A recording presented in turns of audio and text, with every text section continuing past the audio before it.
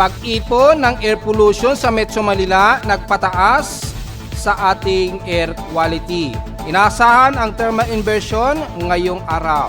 Kaya pinag-iingat at magmask po tayo ngayong araw. At Invest 92W nasa silangan na Northern Samar. At heavy rain showers umiiral ngayon sa Kabikulan at Eastern Visayas. West portion naman ng Visayas at Mindanao nakakaranas din ng ilang moderate and scattered heavy rain showers. Nalalabi pa rin ng Northern Luzon, Katamtaman at mga linsangan ang panahon kabilang na ang Metro Manila. Bagamat medyo gloomy sa bandang Metro Manila at Calabarzon area.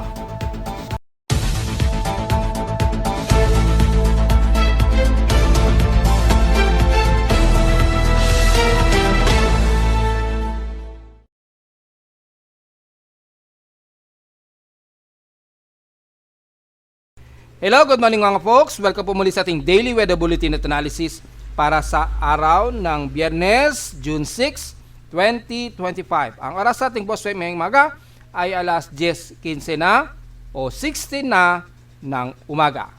So regular holiday po pala ngayong araw ng Biyernes dahil ay ginaganap ang selebrasyon ng end of feast or Eid Adha na tinatawag ng mga Muslim para sa pagse-celebration ng Feast of Sacrifice.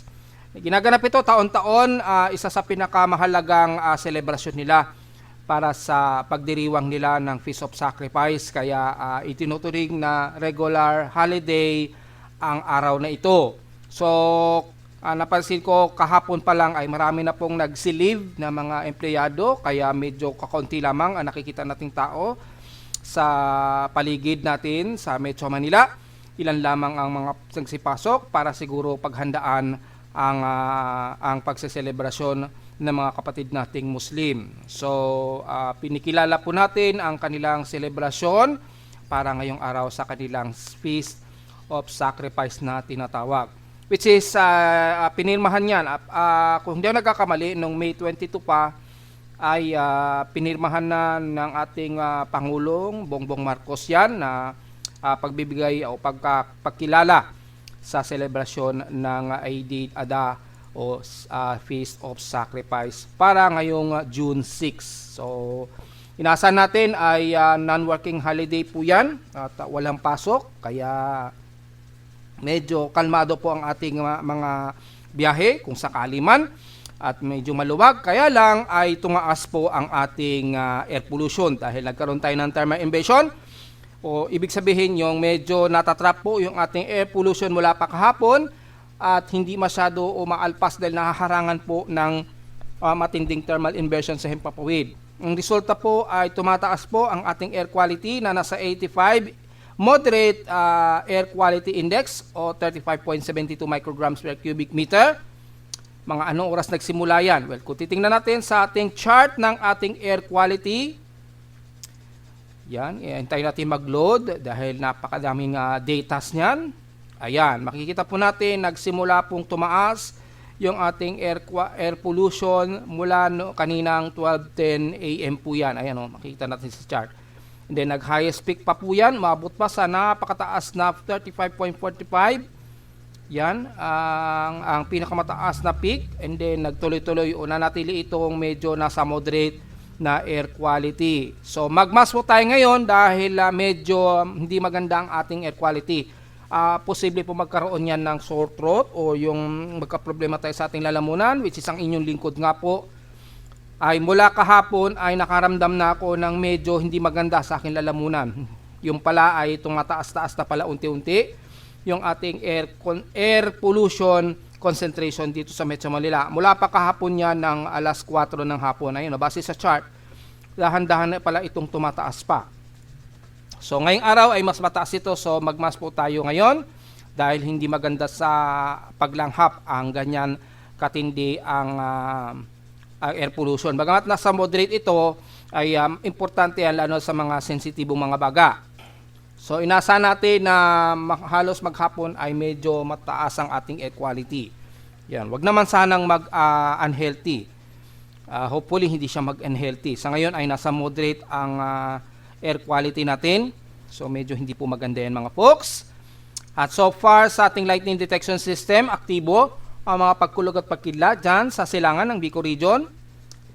Ayan, dito sa pinaka-template ng animation ay halos nasa total of 117 since 10:20 AM. Pero kung titingnan naman natin sa pinaka-real-time na lightning detection system na gawa ng inyong lingkod ay nasa total of 131 total strokes outer. Pero sa inner, malapit sa kalupaan ng Pilipinas, 125 strokes po ang total lightning strikes. Ang mas mataas na concentration po ay dito sa silangan ng Bicol Region, ayan, or dyan sa may bandang mas malapit, hilagang silangan ng Catanduanes.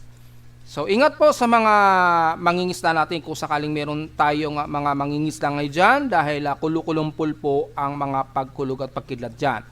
At so far mga moderate at ilang highest cloud to ground o MCGI o MCG, cloud to ground po na lightning strikes 195. So matataas po. Mataas po ang discharge kaya ingat po sa mga kababayan natin lalo na dyan sa may bandang Bicol Region sa baybayin. At may mga ilang pagkidlat pero umalpas na po ito more than 100 minutes ago na. Pero yung pinaka-latest, yung mga puti na yan, ito yung pinaka-latest o lesser than 20 minutes ang arrival pa lamang niya. So medyo bago-bago pa lamang ng mga pagkidlat ito. Kalimitan sa bandang Bicol Region po.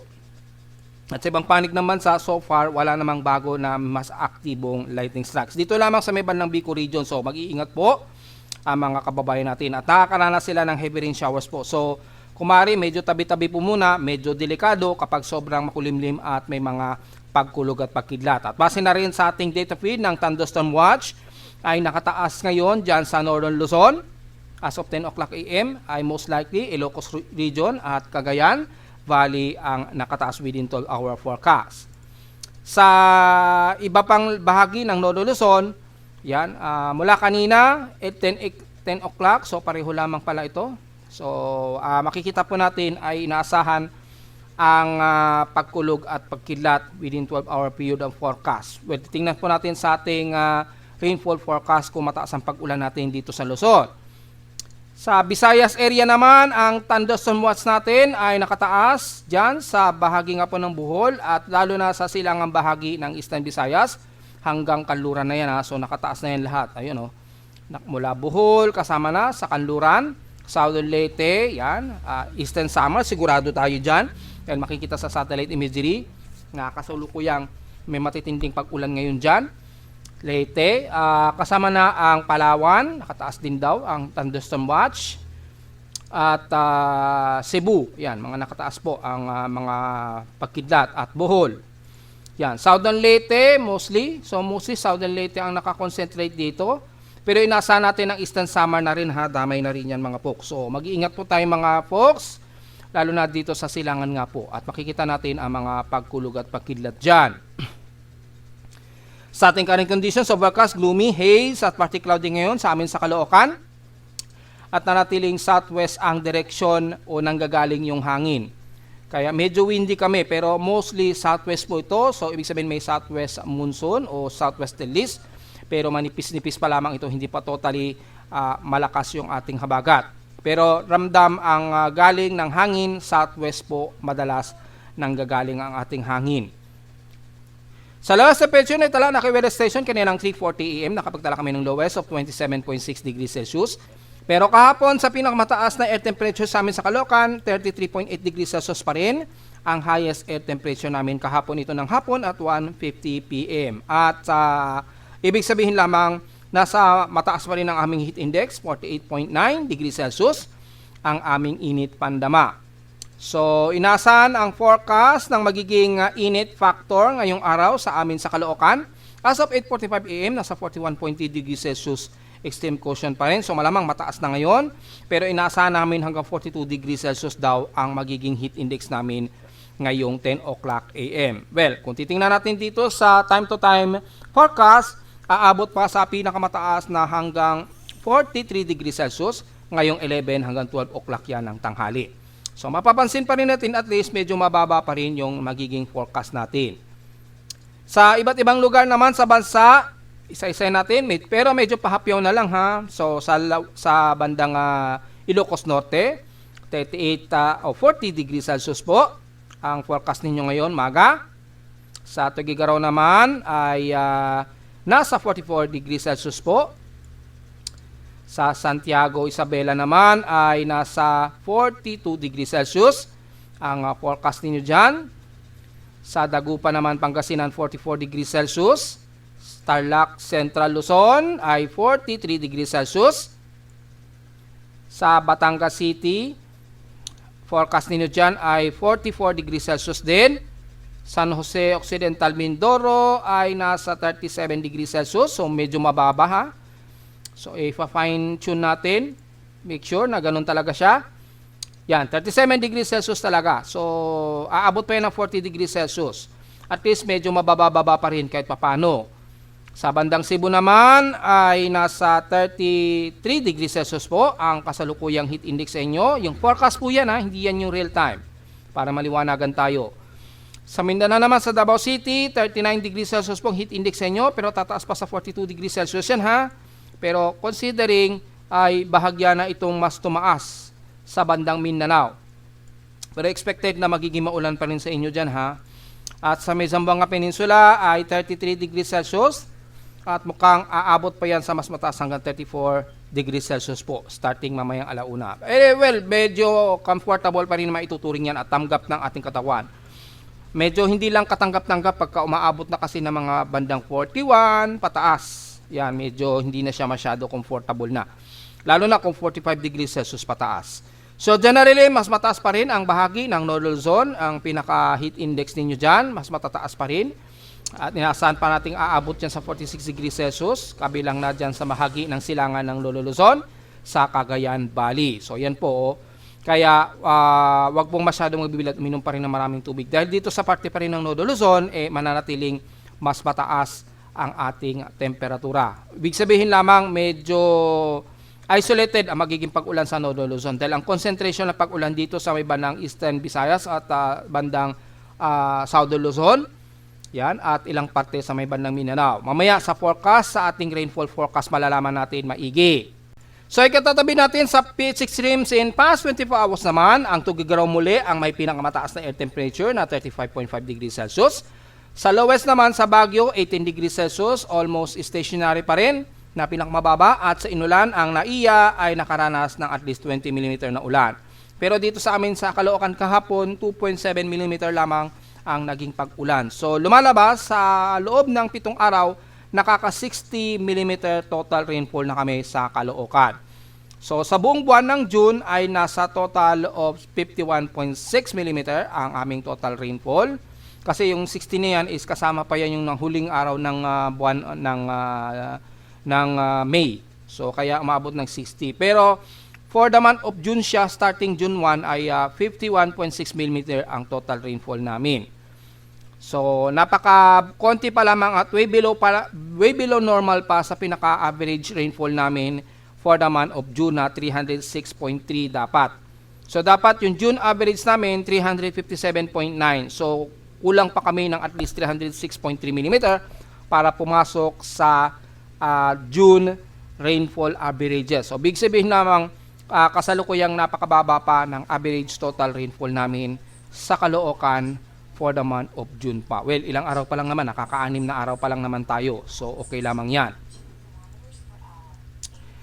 Samantala, sa ating namang lagay ng volcanic thermal alert status, well, may nagre-request kasi hindi natin daw sinasama yung lagay ng panahon. Well, napapansin naman natin, medyo kalmado naman si Taal.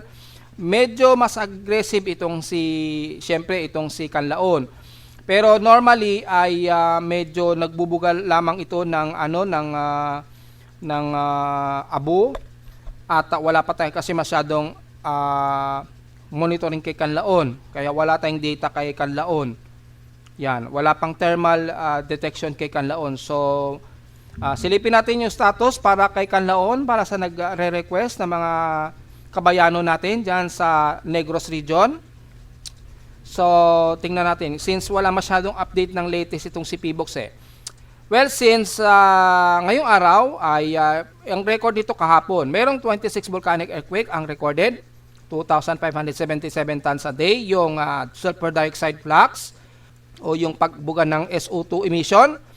So, nanatiling pamamaga pa rin ang bulkan at medyo may mga active volcanic earthquakes tayo dyan sa bahagi pa rin ng paligid ni Canlaon po. So, medyo alisto at bantayan pa rin natin at kung maaari medyo layo pa rin tayo within 6 km radius po mula sa pinaka-area ni Canlaon po dahil medyo aggressive talaga itong si Canlaon. Pero so far, wala namang mass anomaly o phreatic na nai-record so far. Pero inaasahan natin magkakaroon pa rin ng mga sunod-sunod na phreatic yan dahil may mga active volcanic earthquakes tayo. At since kahapon, may recorded 26 volcanic earthquakes nga po. Ayon ito sa date ngayong araw para sa report kay Mount Canlaon. Sa ibang mga bulkan naman so far ay kagaya na lamang ni Taal ay normal naman at makikita natin medyo kalmado itong si Taal. At medyo bahagya lamang na umiinit yung pinakabunganga. So wala tayong masyado magiging komento dyan mga folks. Pero syempre wag natin baliwalain lalo na sa mga kabatang natin sa Batangas. Medyo bantay-bantayin pa rin natin yung behavior ni Taal Volcano kahit na medyo kalmado siya until now. So sa ating outside humidity, 82%, medyo humid po tayo dahil mataas pong ating concentration ng water moisture sa paligid, lalo na dito sa amin sa Caloocan. 82% po ang aming outside humidity, bumaba ito ng 2% since last hour. 1,008 hectopascals po at steady ito since last hour ang aming barometric pressure. So medyo alanganin na localized thunderstorms po ang iiral dito sa Metro Manila. So malinaw naman po yan. At sa ating high tide low tide status, pagitan po ng high tide low tide po ang ating sea level. Pero kung i-double check natin kung mataas ba ang magiging sea level niya, well, makikita natin pinakamataas lamang 0.8 meter. 0.8 meter lamang ang pinakamataas since kaninang 7:23 AM po yan. So ngayon, nasa pagitan nito, pababa na ito ng 0.4 meters na low tide. So wala magiging problema, ingat na lamang sa magiging alon po just in case. Dahil kung sisilipin natin yung ating global forecast assessment monitoring for significant wave height, ay makikita naman natin na kalmado naman ang ating karagatan. Maliban na lamang sa dulot ng salubungan na ito ng southwesterlies at yung hangin dito sa may bandang dagat Pasipiko natin. So wala tayong pag-alon pero ingat na lamang sa magiging bugso po ng hangin natin lalo na sa kanlurang bahagi naman para sa ating mga mangingisda. Sa Almanac, sumikat ang haring araw kaninang 5:26 AM at inasahan lulubog po ito mamayang 6:23 PM. At sa ating 77, illuminated na po na waxing gibos ng liwanag ng buwan. So magbo-moonrise pa lamang po siya mamayang hapon 2:17 PM at lulubog na ito kinabukasan na ng madaling araw at 2:12 AM. At sa ating local weather outlook para ngayong weekend, Biyernes hanggang bukas na Sabado, magiging partly cloudy po ang ating maghapon at may mga localized thunderstorms po. So sa mga kapatid nating Muslim, kung hindi ako nagkakamali, nagsa-celebrate yata sila dyan sa may bandang Quirino Grandstand. Correct me if I'm wrong. So medyo ihanda po ang payong. Kung sakaling maghapon po ang gaganapin ninyo dyan, ay medyo ihanda ang payong. Pero kung i-double check natin may konti kung uulanin ba ang Metro Manila para mas nagsisiguro tayo kaya antabay lamang. Pero inaasahan natin ang localized thunderstorms daw, posible yan, lalo na sa hapon, base dito sa ating forecast na 100% chance daw na uulanin. Siguro baka katulad din kahapon, mga ilang mahihinang pag-ulan lamang. At bukas ang Sabado, partly cloudy daw ang ating maghapon, pero patuloy pa rin daw ang mga localized thunderstorms, especially sa hapon sa gabi o madaling araw. 100% chances din ang pag-ulan na tsansa. So this weekend, magiging mataas ang tsansa ng pag-ulan natin at may mga pagkulog at pagkidlat. Kaya sa lowest temperature expected, maglalaro 32 to 33 degrees Celsius. And lowest temperature expected ay nasa 26 to 28 degrees Celsius. So, diretso mo tayo sa ginagamit na satellite imagery. Makikita po natin ang parte ng Northern Luzon. Medyo clear skies po o medyo katamtaman ang lagay ng panahon. Mga ilang kaulapan lamang ang umiral hanggang Central Luzon kasama na ang Bulacan, Metro Manila at ilang parte dyan sa may bandang Aurora region, especially sa may bandang Baler. Pero expected ang forecast ng pag-ulan po lalo na sa hapon dahil medyo nagtatranscend o tumatawid po yung kaulapan dito na nanggagaling sa dagat Pasipiko. Ang nagiging mas maulan ngayon ang mostly ang parte ng Southern Luzon, kabilang na ang Bicol region dyan sa may bandang Catanduanes, kasama na ang Iriga, Albay, hanggang Sorsogon na po yan. Ayan, moderate to heavy rain showers po ang umiiral ngayon sa Sorsogon at Legazpi. Ingat po sa potensyal na pagbaha at pagguho ng lupa, kabilang na ang mga taga-Catanduanes ngayon na nakakaranas ng malawakang heavy rain potential. Ayan, kitang-kita po sa may Doppler satellite imagery natin. Ayan, kung itataas natin ang threshold ay nasakop na sakop kabilang na ang Bicol region at Eastern Visayas. So malinaw yan mga folks. At mula naman sa Eastern Visayas, mula Northern Samar hanggang the rest na ng Dolores, pababa niya ng Borongan, Eastern Samar hanggang Guian po. Moderate to heavy rain showers din ang umiiral, lalo na sa mga Northern Samar. Ingat po sa mga pagbaha at pagguho ng lupa. At dahil sa nakasarado ata, kung di ako nagkakamali, ang San Juanico Bridge, pagitan ng Leyte, patawid dito, medyo magkakaroon ng medyo aberya o problema kapag kayo ay inulan dyan ng heavy rain showers po. So, gumawa po sana tayo ng paraan para magawan po ng paraan para makaruta po ay yung ating mga bumibiyahero dyan na tumatawid nga po gamit ang San Juanico Bridge natin. So, hindi ko po alam ang dahilan bakit nagkaroon o sinaraya daw ata ang San Juanico dahil may nire-repair. Wala po tayong naririnig sa ating gobyerno kung ano ang dahilan talaga kung bakit parang nire-rehabilitate yung San Juanico Bridge.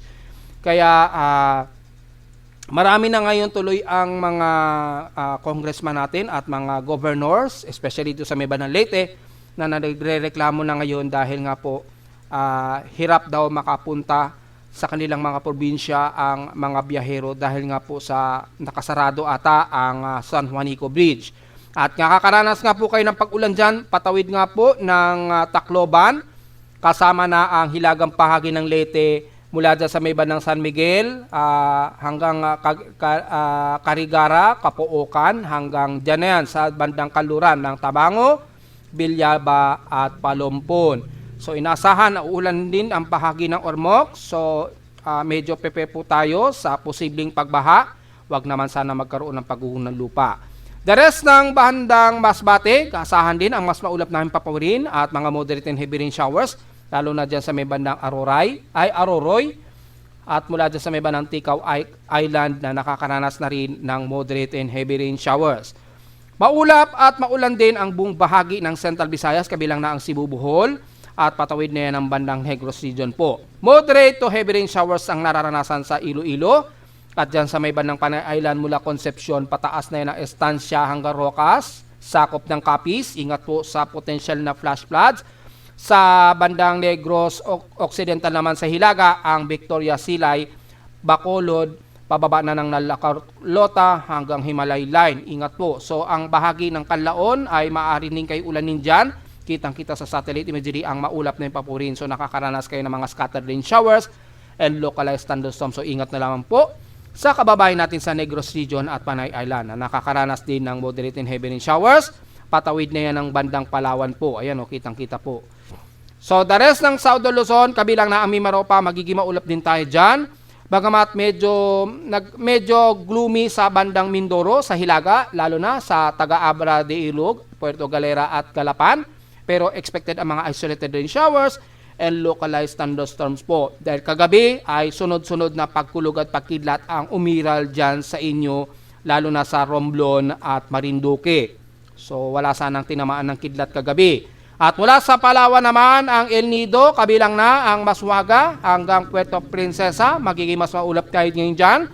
Gloomy at mga kalat-kalat na mga ilang moderate and some heavy rain showers po ang umiiral. Dahil pa rin sa patuloy na salubungan ng mainit at malamig ng southwesterlies at itong tumatawid nito sa Pestrap, dahil naman sa extension ng low pressure area na binabantay natin na malapit na dito sa silangan nga po ng Eastern Visayas, dyan sa may bandang Northern Samar.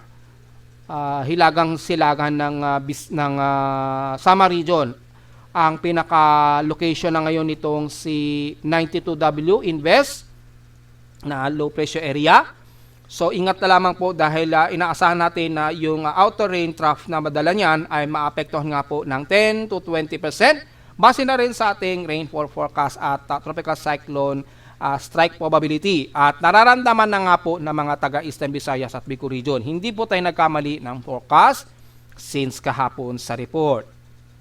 So kung pagbabasahin natin ngayon yung ating latest na rainfall forecast courtesy of ECMWF, yan, makikita dito, ito ang laging titingnan niyo kasi ito yung base time ko. Ito yung real-time base time, yan, 8 o'clock PM.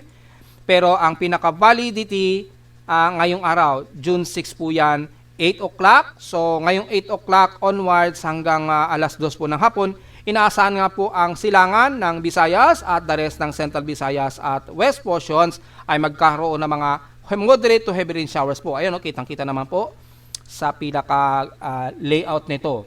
So, matindi ang pag-ulan sa bahagi ng Eastern Samar Leyte, the rest, kabilang na ang Cebu, Bohol, Negros Region, Southern Luzon, dyan sa may bandang Marinduque hanggang dito sa Romblon, yan, kasama na ang Masbate at Palawan, yan, ingat po sa mga malawakang pag-ulan.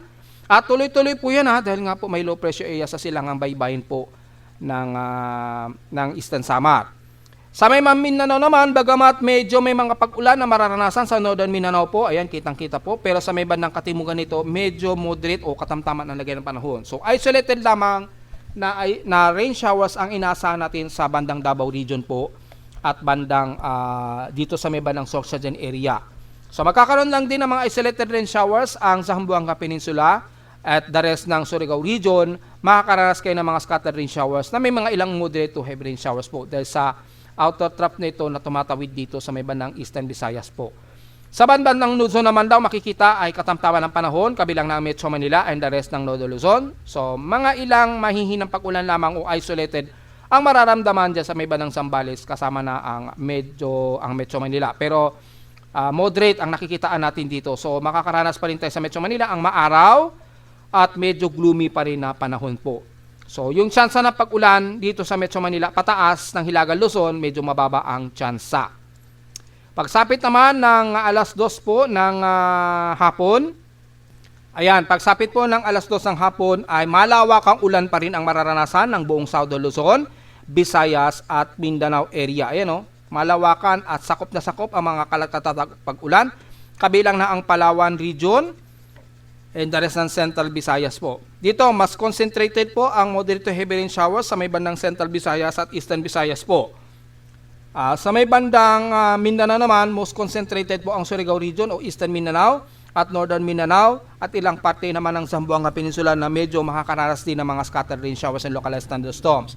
Siyempre, hindi rin lusot ang bandang Davao Region na medyo uulanin. Kaya lang medyo malight to moderate ang mga pag-ulan ang nakikitaan natin dito mamayang hapon. Sa Luzon naman, medyo maulan na sa may bandang Quezon Province po at Mindoro. May mga isolated rain showers ang nakikitaan sa bandang Batangas, Cavite hanggang Metro Manila. At sa kaluran naman ng Northern Luzon, medyo mga scattered rain showers din na may localized thunderstorms. So medyo ready po ang payong mamayang hapon. Hindi na asahan ng mga isolated rain showers natin sa Luzon pagsapit po ng hapon. Yan. Hindi naman sobrang heavy rain sa nakikitaan natin dito, so probably mga ilang light to moderate showers sa Luzon, lalo na sa hilagang parte kasama ang Metro Manila. Pero sa Southern Luzon and the rest ng Visayas at Northern Mindanao ay mas makakaranas ng moderate to heavy rain showers. So mas ingat po dyan sa mga katimugan natin na makakaranas ng biglaang flash floods kung sakali. At mamayang gabi naman, inaasahan naman ang maulan sa halos buong bahagi ng Luzon, kasama na ang Central Luzon, Metro Manila, Southern Luzon at Visayas area. Sa bandang Mindanao naman, typically ang east portions ng Mindanao at dyan sa may bandang Surigao Region at northern part ng Mindanao, mga ilang light to moderate showers po ang iiral. Pero concentrated po sa moderate to heavy rain showers pa rin ang kanluran ng Visayas, kanluran pa rin ng bandang Mindoro, Mimaropa, at kasama na ang Metro Manila daw at Central Luzon po. Yan, mukhang malakas ang magiging ulan natin sa gabi. So medyo prepare po sa mga uuwi po lang po sa mga oras na ito, pag mga bandang alas 8 ng gabi po. Dahil may mga tsansa o inaasahan natin ang malawakang ulan sa gabi. Ganon din sa extreme Northern Luzon, bagamat mga ilang moderate rain showers ang iiral at mga localized thunderstorms sa extreme Northern Luzon. So mukhang mas maulan sa gabi po bandang hapon o gabi. So malinaw dito, afternoon at night showers po ang mas mararanasan natin sa halos buong bansa po. Hindi masyado sa umaga at tanghali. Medyo nagiging katamtaman pa. Maliban na lamang sa binanggit natin kanina dyan sa may bandang Eastern Samar at Central Visayas po na nakasalukuyang nakakaramdam ng malawakang moderate to heavy rain showers. So sa ating actual satellite imagery ay kasalukuyan nga po magiging maulan ang parte nga po ng Zamboanga Peninsula. Yan, kabilang na ang Zamboanga Sibugay at ilang parte dyan sa may bandang Lanao del Norte at Lanao del Sur. Pero katamtaman muna sa bahagi nga po ng North Cotabato, Maguindanao at the rest ng Davao Region po. Partly to mostly cloudy din at isolated rain showers ang iiral, kabilang na dyan sa may bandang Davao City at Davao de Oro. Maulap din ang umiiral ngayon sa buong Northern Mindanao mula Misamis Oriental at Surigao del Norte ngayon. Asahan na mga kalagtata pag-ulan na may pagkidat at pagkulog. And the rest ng Visayas, nabanggit na natin ang mga uulanin. At mula dito sa baba ng Quezon Province naman, kasama na ang Calabarzon area, Metro Manila and the rest ng Northern Luzon, katamtaman muna, medyo may mga partly cloudy to mostly cloudy tayo dyan. Pagtaas naman mula San Jose, pataas na ng extreme Northern Luzon sa Mountain Province, Kalinga hanggang dulo na yan ng Cagayan Valley, ay mas maaraw po kayo dyan at mas maalinsangan po. Bagamat medyo moderate ang panahon sa inyo ngayong umaga at hanggang nitong tanghali po. Mga bandang hapon pa, magkakaroon pa ng mga isolated rain showers ang binanggit natin dyan sa may bandang kaluran ng Luzon at ilang parte sa may bandang Quezon Province po. So, yun po ang pinaka-generated natin na forecast ng mga uulanin. Kaya ang mas mag-iingat tayo ngayon dyan sa may bahagi nga po ng Southern Luzon, sa Bicol Region at Eastern Visayas. Yan, mas concentrated po kayo dyan na malawakang pag-ulan. Kabilang na ang Central Visayas at West portions ng Visayas. So, kamusta naman natin ang lagay nitong C92W at nanatiling invest pa rin at wala pa rin masyadong significant na paglakas ng kanyang wind speed. Bagamat yung central air pressure niya as of 10:30 AM ay nasa 1,003 hectopascals na siya. So, low pressure area na talaga siya. Kung makikita natin dito ay mula kahapon ay medyo masalimuot ang galaw nitong C92W. Ayan o, pumasok na ng PAR and then lumabas muli. Lumabas ito ng 9 o'clock AM kahapon and then pumasok na naman siya ng alas 2 ng hapon kahapon. And then pumasok siya ng PAR kahapon ng alas 2, then umexit uli ng PAR kahapon ng 2:45 PM at nagboundary ito sa may bandang PAR kahapon ng alas 5. Then tuloy na siyang nakapasok uli ng PAR ng 10:30 PM. So mapapansin niyo yung galaw ng low pressure area, anumang bagyo, 'di ba? Masalimuot. Magalaw talaga malikot ang galaw talaga ng low pressure area. Hindi talaga constant ang nagiging galaw niya. Kaya kitang-kita dito at salamat na lang sa aking pagtsatsaga na makapag-create ng program para ma-monitor talaga kung ano talaga ang galaw ng isang low pressure area o bagyo. Kasi minsan, very confusing Maya-maya, ilang minuto lang, papasok ng Philippine Area of Responsibility. And then, maya-maya, lalabas na naman ng PAR. So, medyo maguluhan tayo. So, sa tulong ng aking Tropical Cyclone Track System, makikita natin kung ilang beses nagpasok at lumabas ng PAR itong C92W. Lumalabas, dalawa, mga 2 beses itong lumabas o umatras itong C92W. At tuloy na itong nakapasok na talaga ng ating Philippine Area of Responsibility na hindi na siya umatras kagabi po, 10:30 PM. Ayan may exact location tayo. So, mas nalalaman po natin yung eksaktong lokasyon ng bagyong ito kapag pumapasok dito sa ating Philippine Area of Responsibility or umaatras po. And then tuloy-tuloy na po siya na kumilos, pahilagang kanluran po. Ayan. And then umatras-atras na naman siya nitong kaninang 6 o'clock AM. And then, humilagang kanluran na naman siya. So, makikita nyo, medyo masalimot ang galaw niya. And then, medyo nag-southwestward po siya kaninang 9 o'clock AM. And then, kumilos na naman siya pa northwestward o halos pa eastward po ito. Yan. And then, ngayon ay as of 10:30 AM ay nandito na yan sa halos silangan ng Eastern Samar. Susukatin natin yan mula dito sa bandang Kalbayog o Katbalogan. So, dito na sa Kalbayog na lang. Ang distansya niya, ang layo niya ay sa layong 406, mga 407 kilometer east-northeast ng Kalbayog, Western Samar po. Yan. Northwestern Samar. So, yan po yung estimated na layo niya ngayon so far as of 10:30 AM po ng umaga. So malinaw po yan mga folks ha, na ang layo niya as of 10:30 PM mga 409 km east northeast mula sa pinaka location sa Calbayog, Northwestern Samar po. Yun po yung pinaka range natin. Pero kung dito kung manggagaling sa Lawang, Northern Samar ang pagbasehan natin na sukat, yan, sa Northern Samar, sa Lawang, ay nasa layong 371 km east ito ng Lawang, Northern Samar. Yan. Mga 371 o 370 km po yan. Malapit sa pinakagitna ni 92W po. So, malinaw po yan mga folks ha. At nandito na yan at patuloy pa rin siyang kumikilos sa ngayon. Medyo pa westward po ang kilos niya. At makikita natin halos lumalapit na siya sa may bandang Bicol region. At kung titingnan natin sa pinaka satellite imagery ng Himawari, yan, ida-dark mode natin para medyo klaro. Ayan, makikita natin yung outer rain trough niya ay nagpapaulan na ngayon dito sa may bandang Bicol region at Eastern Visayas po. Which is tumugma naman sa forecast natin kahapon, sa ating rainfall forecast po, na maapektuhan na ng 10 to 20% ang bahagi na yan ng bahagi ng Eastern Samar at Bicol region po. At mas tataas yan the more na lumalapit itong low pressure area na to o itong invest low pressure area na ito. Yan po, yung maliwanag po na yan ha. So wala pa rin significant na paglakas ng kanyang hangin at kumikilos pa ito pa northward na bilis, sobrang bilis niya. So maaari pa rin mag-reset ang kanyang location ha. Ibig sabihin baka kumilos siyang ganyan and then umatras na naman. I-relocate na naman yan ng satellite monitoring ng tropical cyclone nito o ATCF.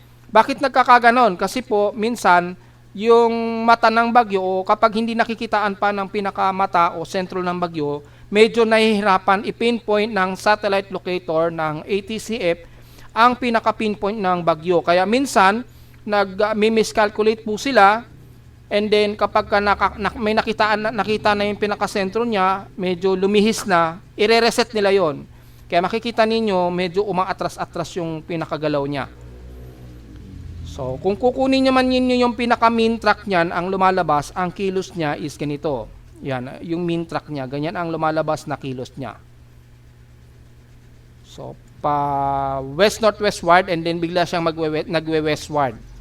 So, yun yung pinaka-mean track niya. Pero yung pinaka-actual na galaw niya, masalimuot talaga ang galaw niya. Yun.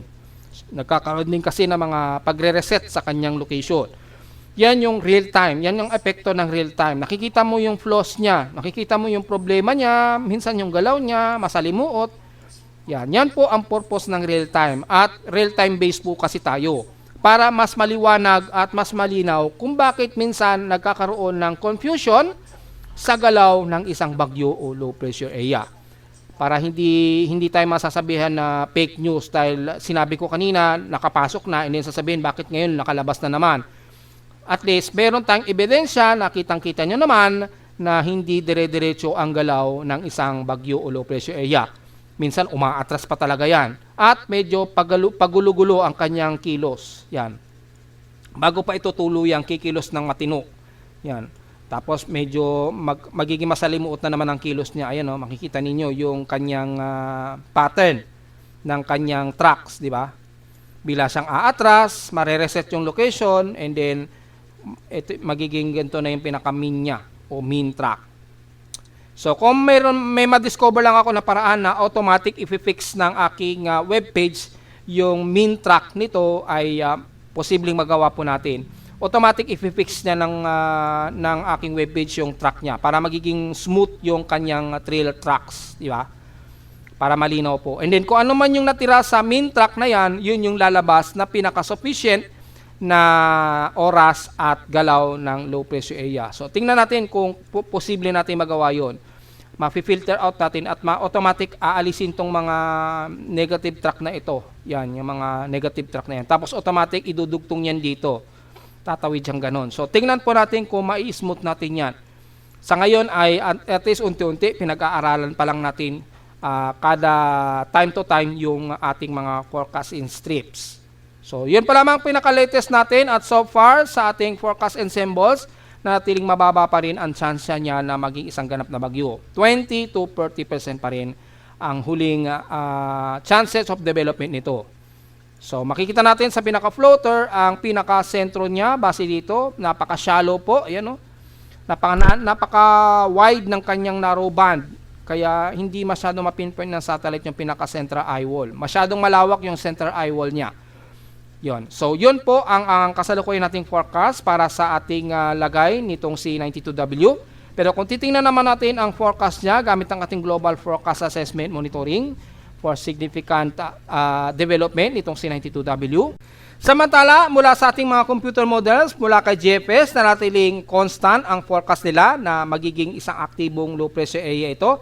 Pero dito ay kikilos ito pa hilagang kanluran at wala pa rin nakikitaan na ito'y tatama sa anumang kalupaan ng bansa. Kaya lang yung paglakas na mahahatak sa ating habagat, magdudulot yan ng malawakang ulan sa buong Southern Luzon, Visayas, at aabot na yan sa bahaging po ng Metro Manila at extreme Northern Luzon sa mga susunod na araw. Apan na kumikilos ito pahilagang kanluran. Ayan, base yan kay GFS. At wala naman kay NavGem naman, ganun din ang pinapakita. Makikita nito, napaka-wide ng kanyang central eye wall, kaya hindi masyado pulido ang nagiging sirkulasyon niya. Pero makikita natin yung hatak sa habagat ay magdudulot po ng napakamalawak na ulan. So ingat po sa mga pagbaha at posibleng pagguho ng lupa kung pumasok po yung forecast na yan ha.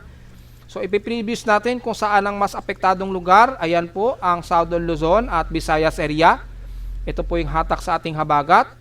Ang starting talaga niyan is June 10 na talaga na mas maapektuhan yung lugar na yan. So kung i-atras pa natin by June 8, anong araw na ngayon? Kasi June 6 na ngayon eh. So starting bukas siguro ng June 7, dito natin malalaman kung tuluyan itong lalakas base sa pinapakita ng forecast na ito. Dito medyo napaka-shallow pa nung kanyang trough, yung Perigment trough. Pero pagpasok talaga ng June 8, dito magkakaroon siya ng intensification. Dito mas bababa po yung atmospheric pressure at mas lalakas ang kanyang eye wall circulation po. Kaya lang napaka-wide ng eye wall circulation niya. Hindi siya pulido. Kay GFS naman, ganun din ang pinapakita. Ayan.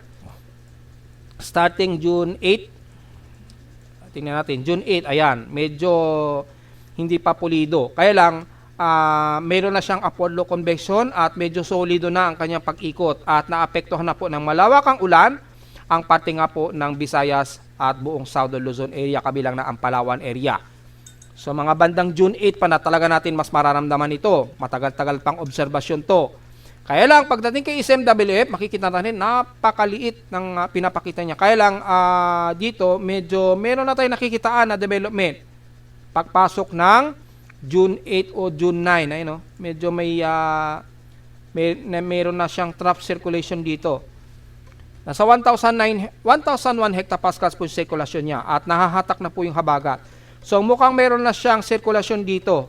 Bagamat napaka wide o napaka buhagag pa ng kanyang circulation nito by June 9 o June 8. Yan. Tapos nahahatak na yung ating habagat na nagpapaulan ngayon sa buong Southern Luzon at Visayas area, lalo na sa kanluran. Yung kanlurang bahagi ang unang mas maapektuhan yan dahil yung unang pasok ng hatak ng habagat ay unang tatama sa kanluran ng Visayas, especially sa Palawan area. So, kailan ba sa Metro Manila? Well, kung titingnan natin yung GFS, probably ay maapektuhan ng Metro Manila by Wednesday, June 10 or 11. June 11 or Tuesday. So next week na po yan talaga. Next week talaga ang pinaka mas seryoso nating panahon na kung saan dyan nagkakaalaman kung ito ay tuluyang lalakas. Dahil dito by June 11 apektado ang Metro Manila at dahil epekto po yan ng nahahatak na habagat. Kasama na ang Central Luzon at kanluran ng Northern Luzon po yan. So malamang mas nararamdaman na natin yan by June 10 and then June 11 po. Kapag tuluyang naging isang aktibong low pressure area na yan ha. So, forecast pa lamang itong dinidiscuss natin. At hindi pa natin nakukonclude pa dahil until now ay hindi pa siya nagkakaroon ng significant na tutulad dito sa ipinapakita ng mga computer models. Mula naman sa ating global spectral model, ito medyo medyo sigurado na tayo dito na magkakaroon ng hatak sa ating habagat By June 9 po yan, no? Mas mag-i-improve na po yung hatak sa habagat. Kaya be ready sa mga kababayan natin sa Northern Mindanao, West portion sa Visayas, Central Visayas, and the rest ng Southern Luzon po. And then, hanggang June 10 po yan, unti-unti, tataas yan, maapektuhan na ang Kabikulan, Calabarzon area, at maaaring madamay na by June 11 ang Metro Manila. At mula sa means 11 pressure, makita natin, napaka-shallow po ng sirkulasyon dito. So dito, pagpasok ng siguro by Tuesday, June 10, posible nang itaas ito ni Japan Meteorological Agency bilang isang tropical depression. Yan. And then, so makikita po dito ay bumababa na pagsapit po ng bandang June 9 to June 10 po. Tuloy lang mas bababa yung atmospheric pressure. So between dyan, maaaring itaas yan ni Japan Meteorological Agency bilang isang tropical depression. Pero for sure ay by June 10 po, itataas yan as tropical depression po. Yan, mga June 10 talaga siya kasi dito nagkaroon na ng kulay. Ayun, no?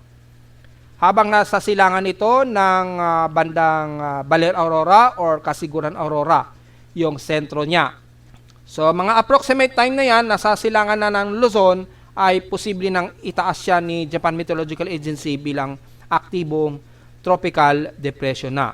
Dito, medyo mararamdaman natin sa Metro Manila next week.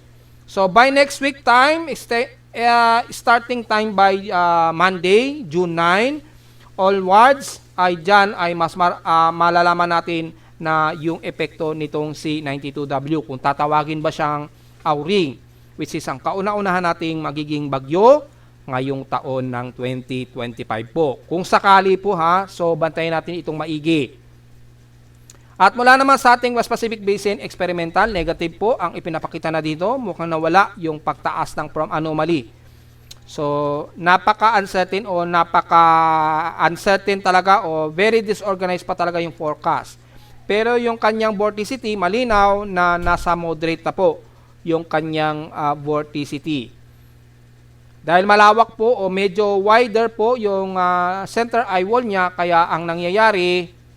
So, tingnan pa natin this weekend po talaga until Monday para ma-verify natin maigi kung totally magkakaroon ito ng improve at magkakaroon talaga siya ng kompletong organized development. Kasi kapag ang isang low pressure, napakalawak ng kanyang eye wall, medyo alanganin kasi na inoobserbahan. Medyo sakit sa ulo yan ng mga meteorologists. Parang hindi agad nila makonclude na itataas ba natin to sa tropical depression o hindi? Kasi napaka-wide ng kanyang anytime biglang sasabog kasi yan o kakalat. Kaya yan, isa yan sa sakit ng ulo ng mga meteorologists kapag ang isang bagyo o low pressure area ay hindi pulido o hindi maliit yung kanyang central eye wall o masyadong malawak. Kagaya na lamang na nakikita dito kay GFS at NAVGEM. Ito kay NAVGEM nga, napakalawak eh. Sobrang lawak ng kanyang eye wall o central eye wall. Kaya napaka-confusing po ng forecast. Kaya hindi tuloy agad malaman kung agad-agad itataas ang kanyang category o tropical cyclone category. So abangan natin this weekend hanggang until Monday po para mas kompleto nating malalaman. Since yung kanyang cyclonic formation probability ay mas mataas na. Ayan o, 50%, which is tumugma naman doon sa ating forecast. Kung babalikan natin yung ating SMMSLP at yung tropical cyclone strike probability, ayan, 50% po. Diba? Di naman po tayo nagkamali last nung nakarang araw na sa loob ng 128 o 192 hour period ay aabot yan sa 50%, which is ito na nga po, ngayong araw ay nagaganap na. At naapektuhan na nga po ang Kabikulan at Eastern Visayas na umabot na nga po sa 20 to 30%.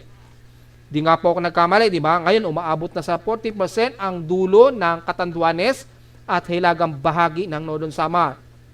Nasa 40%. At nakikita ninyo sa real time, nakakaranas kayo ngayon ng malawakang heavy rain showers po. Yan po ang purpose ng Genesis o Tropical Cyclone Activity in Genesis. Hindi lang bagyo ang binomonitor dyan, kundi yung malawakang ulan na dala nito.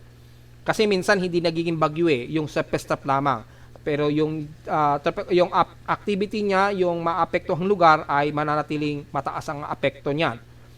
So madadamay ang eastern portions ng Luzon kasama na ang Aurora region umaabot sa 20%. Yan, habang tumataas yan, maapektuhan yan hanggang bahagi ng Cagayan Valley po. Yan po ang mangyayari. So, double check natin 40 plus 96 hour period or next day o mabandang mamayang gabi. Yan. O, mamayang gabi, tumataas na. Apektado na rin ang Central Luzon ng 20% at 30% sa bandang Camarines Norte, Bicol Region hanggang Baler Aurora po. Ayun, kitang-kita hanggang Baler Aurora. So, expected po yan mamayang gabi. Kaya yung forecast natin, kung babalikan natin yung TCLFP, ay magiging maulan na po ang halos buong Luzon. Nakita niyo po yung pattern. Kaya ganyan po ang paggamit ng mga ganitong forecast. Kaya hindi, mga nakarang araw, mula nang gamitin ko yung automatic forecast system na ito ng ACMWF, at mas nagiging reliable po yung ating pagre-report at hindi tayo nagmimintis. Kaya take note po sa mga kababayan natin sa Luzon, mula mamayang hapon at gabi, asahan ang magiging mas maulan sa buong Luzon, lalo na sa gabi po. Kaya ready po sa magiging pag-ulan po. At malalaman pa natin by this weekend, mga bandang Sunday or Monday, para kung talagang tataas ito, na base na rin sa ipinapakita ng Japan Meteorological Agency by June 10, ay maari nang itaas as tropical depression. Kung earliest man ng June 9, at least meron na tayong idea. So, depende yan ngayong araw sa magiging galaw at development ni 92W. Samantala sa ulat lindol, makikita natin, kalmado naman, pero bandang kahapon, agabi, may mga ilang magnitude 4.0 tayo na itala dito. Well, tingnan natin, para mabibilang natin kung ilan ang magnitude 4.0 mula kahapon.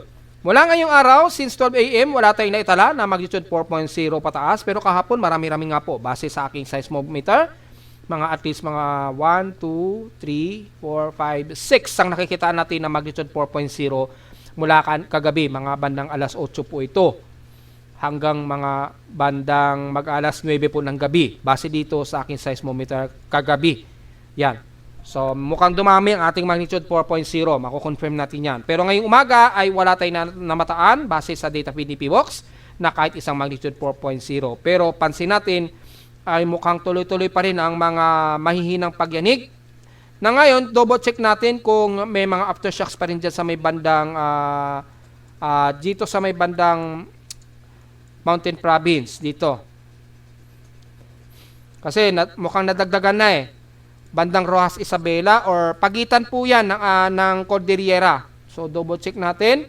Yes, meron. Ayun, sa Paraceres Mountain Province, isa. Yun, Rojas Isabela, may mga aftershocks. Sunod-sunod pa rin ng mga cluster ng paglilindol.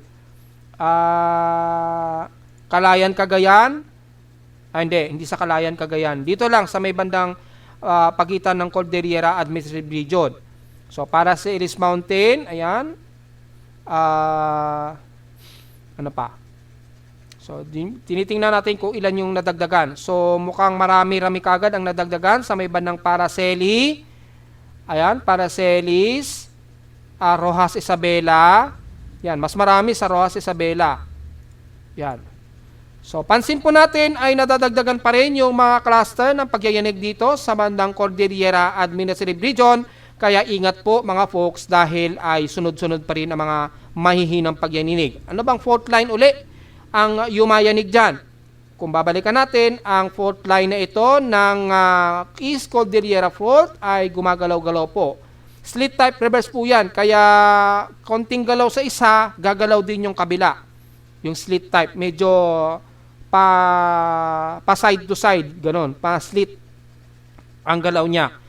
So mukhang sunod-sunod pa rin at mga kababayan natin dyan sa may bandang Isabela or Cordillera Administrative Region ay medyo bantayin po natin ang behavior nitong mga cluster na pagyayinig na ito dahil hanggang ngayon ay may mga mahihinang pagyayinig pa rin tayong namamataan dyan, ha? So take note yan mga folks at hindi tayo nagkukulang. Baka isang araw na lamang bigla tayong bulagain pag nag-release ng mas malakas ng ang East Cordillera Fault na ito. Kaya hindi natin babaliwalain ito mga folks. Last week pa tayo nag-post o mga nakarang araw pa natin unang pinost ang warning na ito dito sa boundary ng Cordillera Administrative Region. Mula naman sa ating historical earthquake data, kung nakakailang magnitude 4.0 tayo since may na-detect nga po tayo kagabi. for the month of June 2025. Ayan. Nasa total of 267 earthquakes na po tayo. 262 dito is magnitude 2.0 at 5 ang magnitude 4.0 na naitala. So tama nga po tayo. Una, isa dito sa bandang Gatchiterana, Camarines Sur. Kagabi po ito, 7:11 PM. Magnitude 4.4 siya. At ito, June 3 pa po ito eh. Tingnan natin yung mga nadagdagan. So, mayroon sa may bandang Bicol region, ano?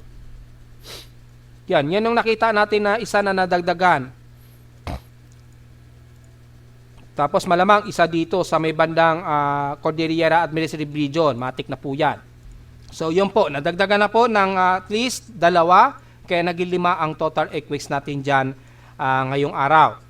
5 na ang ating magnitude 4.0 pataas. Pero nanatiling wala pa rin tayong nanamataan na kahit isang magnitude 5.0 so far. Pero bantayan po natin yung itong 91 cluster na ito. Yan o, nasa 91 total earthquakes na po. Yung cluster dyan sa may bandang Cordillera Administrative Region, medyo bantay-bantay natin at tututukan po natin itong area na ito dahil sunod-sunod pa rin yung mga mahihinang pagyiginig dyan. Bantayan natin maigi dyan. At dito naman sa may bandang Mindanao, lalo na sa Surigao area at eastern part ng Mindanao, medyo bantayin din natin. At mukhang medyo nagka-cluster na rin din sa may bandang pagitan ng General Santos City. So medyo bantayin natin yung area na yan. Pero sa ngayon, mas tinututukan natin dito sa may bandang Cordillera na mukhang unrest, masyadong unrest yung mga pagyinig na dito. At least yung mga kababayan natin sa Cordillera Administrative Region, medyo at least makakapag-alisto tayo at makakapaghanda kahit na wala pa naman tayong nakikitaan na malalakas sa pagyinig. Mas maganda kung mas preparado pa tayo ng mas maaga, mas mabuti po. Dahil kung naalala natin, bandang Cordillera Administrative Region din ang may recorded na may pinakamalakas na pagyanig ng mga nakailang taon. Babalikan po natin, ano ba ang recorded na nagkaroon ng mas malakas na lindol dyan sa may bandang Cordillera Administrative Region? Ayan, gamitin natin ang recorded historical earthquakes natin. I-zoom natin sa may bandang Cordillera Administrative Region. Ayun, meron sa may bandang Barlig. Yan. So, mula 1900 yan to 2025, starting magnitude 6.0 pataas. Yan. And then, may pinakamalakas na recorded so far. Dito sa may bandang So kung mabalikan natin ay yung malapit o kahit man lang malapit sa Cordillera Administrative Region. Dito sa may bandang Kalinga, mayroong magnitude 7.2 na naitala. Kung i-zoom in natin sa malapit sa may bandang Tabuk. Yan. Sakop ito ng Kalinga na may magnitude 7.1. Kaya lang 75 years ago po ito. Or December 29, 1949 po ang huling malakas na pagyanig dyan. Ano pa? Yung malapit sa pagitan pa rin, Isabela, 48 years ago po ito. So, March 19, 1977, magnitude 7.0 po ito. Marami ring na-disgrasya dyan. Sa may bandang Kasiguran, Aurora naman ay 56 years ago. Naitala ito August 2, 1968. Magnitude 7.6 naman ito. Yon, so far. At dito bandang Central Luzon na po kasi ito. At isa sa Aurora Region, 55 years ago, April 7, 1970, magnitude 7.4. At sa may bandang Nueva Ecija naman ay 34 years ago, magnitude 7.7. Ito yung marami ang nasawi noong 1990. Yan. So, July 16, 1990. Naganap ito alas 3:26 ng hapon. Ito, marami talagang na disgrasya dyan. So, dito sa may bandang pinaka-Cordillera ay malapit at matagal pa naman ang huling malakas na lindol. Ang huling record nga po to 1977, isang 1949 at isang 1968. So, mukhang wala pa namang naitala na mas malakas dito sa may bandang pagitan na ito ng Mountain Province. Ang pinakamalapit lang talaga dito sa may bandang Kalinga. Pero 75 years ago pa po ito huling yumanig ng ganyan kalakas. Kaya medyo magbantay-bantay po tayo dito dahil posible po umabot ng magnitude 7 dahil mayroong mas malapit na yumanig po dyan 75 years ago po. At least malinaw po ang ating report at mas detalye po para sa mga dyan sa paligid na yan ng Cordillera Administrative Region na sa ngayon ay ating binabantayan dahil malawakan po ang cluster ng nagiging pagyanig na ngayon dyan. Umaabot na ngayon nga sa 91 earthquakes.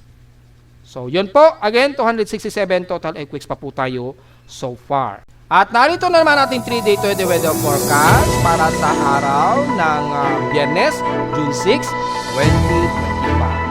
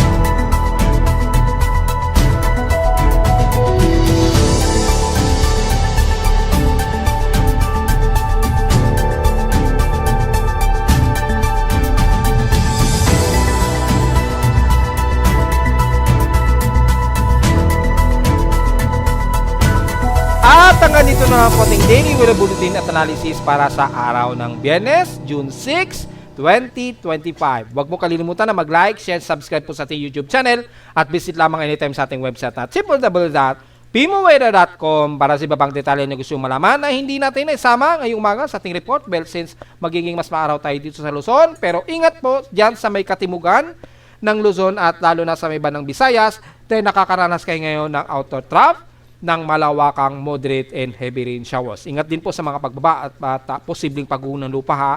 At visit naman sa ating website sa gustong malaman pinaka-dynamic events mula sa ating weather station sa Caloocan at sa data feeds mula sa iba't weather agencies.